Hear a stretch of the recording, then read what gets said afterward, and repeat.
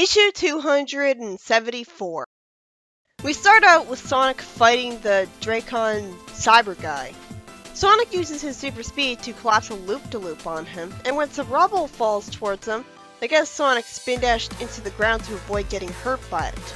Sonic continues avoiding lasers with his super speed, and then takes him out of his Dracon armor. Oh wait, no! He took away his cyber ship device instead. Surprisingly, Sonic admits to him that Dracons are tough, and says when the guy warps away, I guess that suit really is dangerous, if you're not me, which made me smile. He wants to go fight the Dracons since he's got a direct route to their homeworld, and the story ends with Hagra planning against the Emperor and Sonic. When I could have assumed that, I'd rather have Sonic on the last page doing stuff. In the next story, Shortfuse briefly blames Techno for the mess they're in because she had built him some shiny new armor, not realizing Shortfuse would be happy with rusty old Badnik parts instead. Techno brings Shorty into the shortcut where she learns that her popcorn phone is producing bombs. The whole base was made into a trap for them after all. They manage to shield themselves from the blast, and then it turns out that because of Diabolus Ex Machina, Techno had made even more Shortfuse armors earlier on, which Eggman also took control of. Don't these badniks need to have people in them to work? Where's the programming? What's to be programmed? Techno takes her gadgets back, having a toaster cannon, while Shorty continues to fight the Shortfuse suits. Techno sets all her gadgets to attack, and then the Eternity Ring shows up again. Techno calls it a she for some reason, and the ring sends the armor into it without Techno and Shorty, fortunately. Well, that was nice of it for once. Then Techno says that she coded up an antivirus to keep Eggman out, and the story ends with the two of them hugging, with Shorty being ready to forgive her. In the next story, we see that on Bygone Island Seaside Coast Zone, this is where the best lemonade is.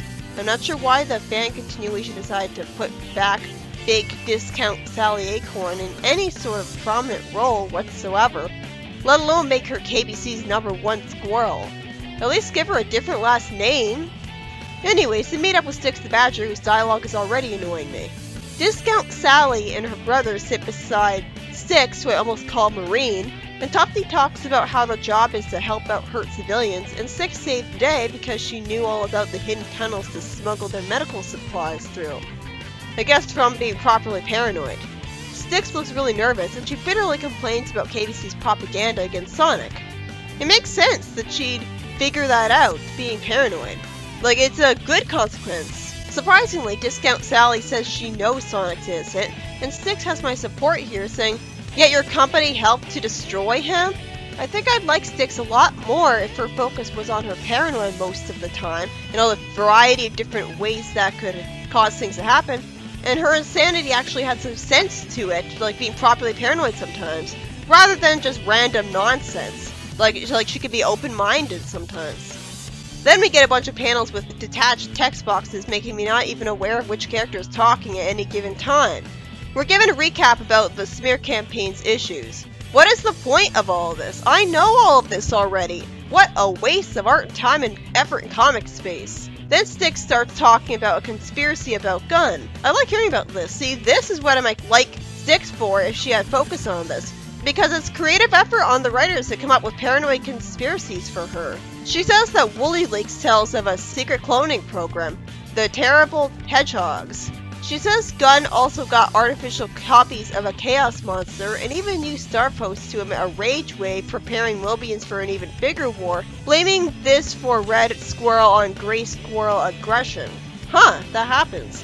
Then Styx insists that the Chow are foot soldiers for the coming invasion from Dracons. What's really brilliant about this is that she's kind of right, the Dracons are trying to invade. Her paranoid mindset can lead to her creative thinking getting her the right answers, as we see the final page show that she figured out the secret society of magicians exists too. In the next story, we see that the cost of war is taking its toll on the business of a banking corporation, and while they're looming on bankruptcy, they're getting a new CEO, Rouge, who immediately fires them all. Naturally, this is a huge mistake, as she tells the employees to all take a day off, and later that night, it turns out she became the CEO, somehow, because only the CEO has access to a vault. Seriously, how did she become that? The Dracon guy lampshades her lack of loyalty, and then she finds a Mobius ring, which deposits all of the money into it. Surprisingly, she gets fired with her own words as the CEO turned back at her. The story ends with Rouge saying that the invasion sounds like trouble, and nobody pushes her around. The first story has Sonic defeating the Cybershifter by stealing his shapeshifting gem with his super speed, admitting that he had a tough battle with him, though not so tough that the review didn't last more than one paragraph. The second story has Techno and Shorty make up after the Ring of Eternity conveniently shows up just now to suck away the Short-Fuse armor attacking them in Deus Ex Machina. The third story has Six the Badger call out an employee of KBC for framing Sonic, and I enjoyed seeing what a creative imagination she has, and how she stood up for Sonic as a free spirit, and felt really bad for her when she was just dismissed as a weirdo and Sally made an awkward excuse to avoid her. And the final story is about Rouge arbitrarily being fired as a Dracon spy because now all of a sudden they think they don't need her anymore, which I guess is their excuse to get her from a villain to an anti-hero because games, as she plans against the invasion for selfish reasons.